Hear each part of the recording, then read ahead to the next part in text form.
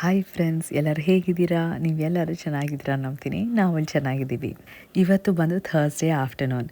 ಆರ್ನ ಪಾಪು ಒಂದು ಡೇ ಕೇರಿಗೆ ಹೋಗಾಯಿತು. ಸೊ ನಂಗೆ ಎಷ್ಟಾಗುತ್ತೋ ಎಲ್ಲ ಕ್ಲೀನ್ ಮಾಡ್ತಾಯಿದ್ದೀನಿ. ಫಸ್ಟ್ ಆಫ್ ಆಲ್ ನಾನು ಸಖತ್ ಖುಷಿಯಾಗಿದ್ದೀನಿ. ಯಾಕೆ ಗೊತ್ತಾ, ನನ್ನ ತಂಗಿ ಬರ್ತಿದ್ದಾಳೆ. ಅಯ್ಯೋ, ನಂಗೆ ಹೇಳೋಕ್ಕೆ ಆಗ್ತಿಲ್ಲ ರೀ. ನಾನು ಈ day that is Thursday November 7 ಯಾವತ್ತು ಬರುತ್ತೋ ಅಂತ ವೆಯ್ಟ್ ಮಾಡ್ತಿದ್ದೆ. ಫೈನಲಾಗಿ ಬಂದುಬಿಟ್ಟಿದೆ. ನನ್ನ ತಂಗಿ ಬಂದು ಶಿಕಾಗೋದಲ್ಲಿದ್ದಾಳೆ. ಅವಳು ಕೆಲಸ ಮಾಡ್ತಿದ್ದಾಳೆ. ಆ್ಯಕ್ಚುಲಿ ಅವಳು ಬಂದು ಲ್ಯಾಂಡ್ಸ್ಕೇಪ್ ಆರ್ಕಿಟೆಕ್ಟ್. ಸೊ ಅವಳು ಆಫೀಸ್ಗೆ ಹೋಗ್ತಿದ್ದಾಳೆ. ಇವತ್ತು ಬಂದು ಥರ್ಸ್ಡೇ ಅಲ್ವಾ, ಥರ್ಸ್ಡೇ ಕೆಲಸ ಮುಗಿಸ್ಕೊಂಡು ಬರ್ತಾಳೆ. ಇಲ್ಲಿ ಬರುವಾಗ ಅವಳು ಫ್ಲೈಟ್ ಬಂದು 9 o'clock ನೈಟ್ ಲ್ಯಾಂಡ್ ಆಗುತ್ತೆ. 9:30 ಸಾರಿ. ಮನೆಗೆ ಬಂದಾಗ 10 o'clock ಇರುತ್ತೆ.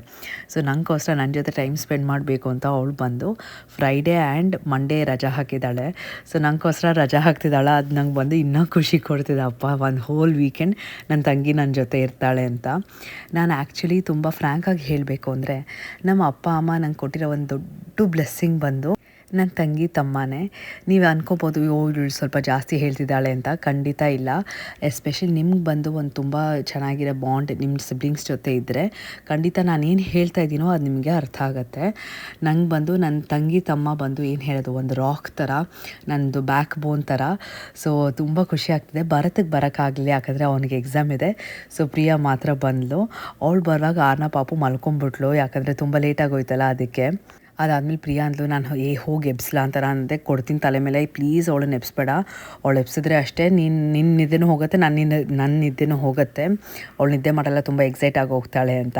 ಸರಿ ಅಂತ ಸುಮ್ಮನೆ ಕೂತ್ಕೊಂಡು ಮಾತಾಡ್ತಿದ್ವಿ. ಅವಳು ಊಟ ಮಾಡಿರಲಿಲ್ಲ. ಸೊ ಮನೆಗೆ ಬಂದು ಊಟ ಮಾಡ್ತೀನಿ ಅಂದ್ಲು. ಸೊ ನಾನೆಲ್ಲ ಹೀಟ್ ಮಾಡಿ ಇಟ್ಟಿದ್ದೆ. ಅವಳು ನನ್ನ ಫಸ್ಟ್ ಟೈಮ್ ಇವಾಗ ಪ್ರೆಗ್ನೆಂಟಾಗಿ ನೋಡ್ತಾ ಇದ್ದಾಳೆ.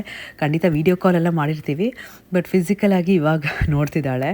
ಸೊ ಫುಲ್ಲಾಗಿ ಮಾತಾಡ್ತಿದ್ವಾ. ಒಂದು 12 o'clock ಸಡನ್ನಾಗಿ ಆರ್ನ ಎದ್ಬಿಟ್ಲು.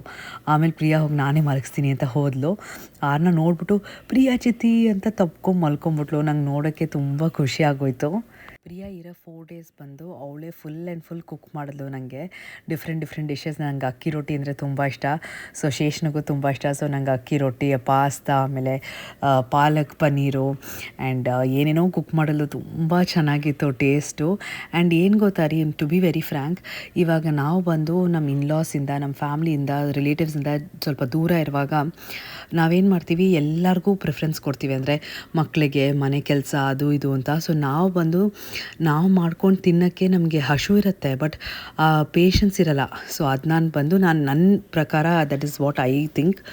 ಬಟ್ ಇನ್ನೊಬ್ಬರು ಬಂದು ನಮಗೆ ಮಾಡಿಕೊಡುವಾಗ ನಮ್ಗೆ ಗೊತ್ತಿಲ್ಲದೆ ಒಂದು ಎಕ್ಸ್ಟ್ರಾ 2-3 ಚಪಾತೀಸ್ ಒಳಗೆ ಹೋಗುತ್ತೆ. ಅದೇ ಥರನೇ ಆಯಿತು.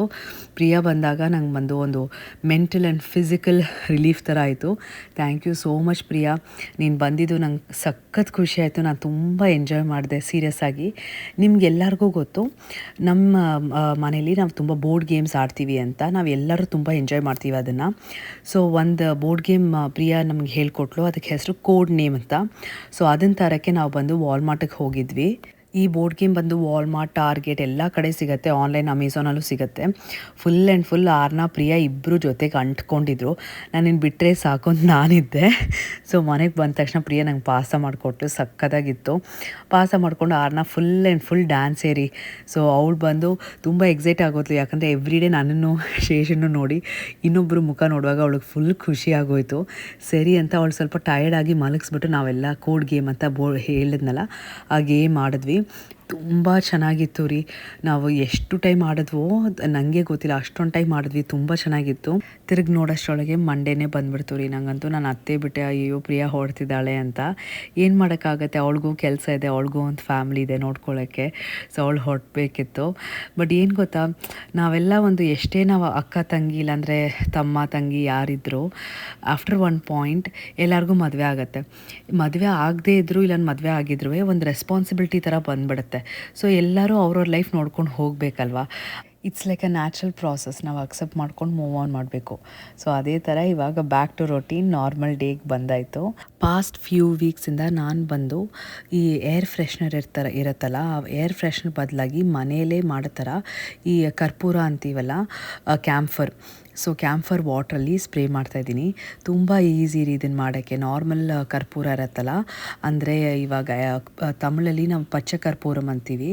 ಸೊ ಅದನ್ನು ನಾವು ಏನು ಮಾಡೋದು, ಒಂಥರ ಪುಡಿ ಮಾಡ್ಕೊಂಬಿಡ್ಬೇಕು. ಈ ಕುಟಾಣಿದಲ್ಲಿ ಹಾಕ್ಕೊಂಡು ಚೆನ್ನಾಗಿ ಇಲ್ಲ ಮಿಕ್ಸಿದಲ್ಲೂ ರುಬ್ಕೋಬೋದು. ಚಿಕ್ಕ ಕ್ವಾಂಟಿಟಿ ಅಲ್ವಾ, ಸೊ ನಾನು ಈ ಚಿಕ್ಕ ಮೋಟ್ರ್ ಪೆಸ್ಟಲ್ಲಿ ಹಾಕ್ಕೊಂಡು ರುಬ್ಕೊಂಬಿಟ್ಟೆ. ಆ್ಯಂಡ್ ಅದನ್ನು ನೀರಲ್ಲಿ ಹಾಕಿ ಸ್ವಲ್ಪ ಒಂದು ಅಟ್ಲೀಸ್ಟ್ ಒಂದು 2-3 ಅವರ್ಸ್ ಆಚೆ ಇಡಬೇಕು. ನಾನು ಮರ್ತೋಗಿ ಓವರ್ ನೈಟೇ ಇಟ್ಬಿಟ್ಟೆ. ನೆಕ್ಸ್ಟ್ ಏನು ಮಾಡೋದು, ಒಂದು ಟೀ ಫಿಲ್ಟ್ರಲ್ಲಿ ಹಾಕಿದ್ರೆ ಅದು ಇನ್ನೂ ಪಾರ್ಟಿಕಲ್ಸ್ ಇರುತ್ತೆ. ಸೊ ಸ್ಪ್ರೇ ಬಾಟ್ಲಲ್ಲಿ ಹಾಕಿದ್ರೆ ವರ್ಕ್ ಆಗೋಲ್ಲ. ಸೊ ಈ ಬಟ್ಟೆ ಥಿಕ್ ಬಟ್ಟೆ ಇರುತ್ತಲ್ಲ, ಹ್ಯಾಂಡ್ ಟವಲೋ ಇಲ್ಲಾಂದರೆ ಕರ್ಚೀಫೋ, ಅದರಲ್ಲಿ ನಾವೇನು ಬಂದು ಸೋರಿಸ್ಬೇಕು. ಅದನ್ನು ಸೋರಿಸ್ಬಿಟ್ಟು ಆ ನೀರನ್ನ ಸ್ಪ್ರೇ ಬಾಟ್ಲಲ್ಲಿ ಹಾಕಿ ಯೂಸ್ ಮಾಡಿದ್ರೆ ನೀವು ನಂಬಲ್ಲ ಎಷ್ಟು ಘಮ್ ಅಂತ ಇರೋದು ಗೊತ್ತಾ ವಾಸನೆ. ನಾನು ಬಂದು ಈ ನೀರನ್ನ ಸೋಫಾಗೆ, ಆಮೇಲೆ ಕರ್ಟನ್ಸ್ಗೆ, ಆಮೇಲೆ ನಾವು ಇದು ಒರೆಸ್ತೀವಲ್ಲ counter top, kitchen counter top, ಆಮೇಲೆ ಇದು ಟೇಬಲ್ ಒರೆಸ್ತೀವಲ್ಲ, ಎಲ್ಲದಕ್ಕೂ ಈ ನೀರು ಯೂಸ್ ಮಾಡ್ತೀನಿ. ಒನ್ ಟೈಮ್ ಟ್ರೈ ಮಾಡಿ ನೋಡಿ, ನಿಮ್ಗೆ ಖಂಡಿತ ತುಂಬ ಇಷ್ಟ ಆಗುತ್ತೆ. ನಾನು ಬಂದು ತುಂಬ ತಿಂಗಳಿಂದ ಈ ಮೆಟರ್ನಿಟಿ ವೇರ್ ತೊಗೋಬೇಕು ಅಂತ ನಂಗೆ ತುಂಬ ಆಸೆ ರೀ. ಆ್ಯಂಡ್ ಅದಕ್ಕೆ ಫೈನಲಾಗಿ ಇನ್ಸ್ಟಾಗ್ರಾಮಲ್ಲಿ ನೋಡಿದ್ರೆ ಎಷ್ಟೊಂದು ಇದೆ, ಯಾವುದು ಲೆಜಿಟು ಯಾವುದು ಸ್ಕ್ಯಾಮು ಅಂತಲೇ ಗೊತ್ತಾಗಲ್ಲ.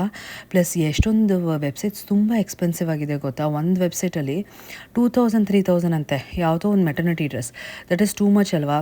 ಯಾಕಂದರೆ I feel it is not worth it.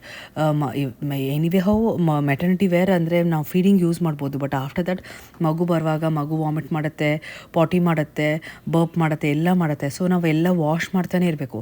Wash ಮಾಡ್ತಾ ಬಟ್ಟೆ ಹೊಟ್ಟೋಗುತ್ತೆ. ಸೊ 2000 ಇಸ್ ಟೂ ಮಚ್ ಅಂತ ಐ ಫೀಲ್. ಈ ಪರ್ಟಿಕ್ಯುಲರ್ ಡ್ರೆಸ್ಸಸ್ ಬಂದು ನಾನು ಪ್ರೀತಿ ಶೇಪ್ ವೇರಿಂದ ಆರ್ಡರ್ ಮಾಡಿದೆ. ಇದು ಬಂದು ಪ್ರಮೋಷನೋ ಇಲ್ಲಾಂದರೆ ಅವ್ರ ಪ್ರಾಡಕ್ಟ್ ರಿವ್ಯೂಗೆಲ್ಲ ಕೊಟ್ಟಿಲ್ಲ, ನಾನೇ ತೊಗೊಂಡೆ.